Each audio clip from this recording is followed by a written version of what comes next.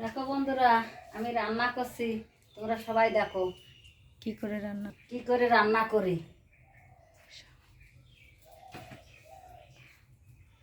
বলো, প্রথমে কি দিলে? আগে তেল দিলাম, তারপর তেলটা গরম হলে মাছ দেবো। মাছগুলো ভেজে রেখে তারপরে পটল ভেজে রেখে আলু দিয়ে মাছ দিয়ে তরকারি করবো। হ্যাঁ,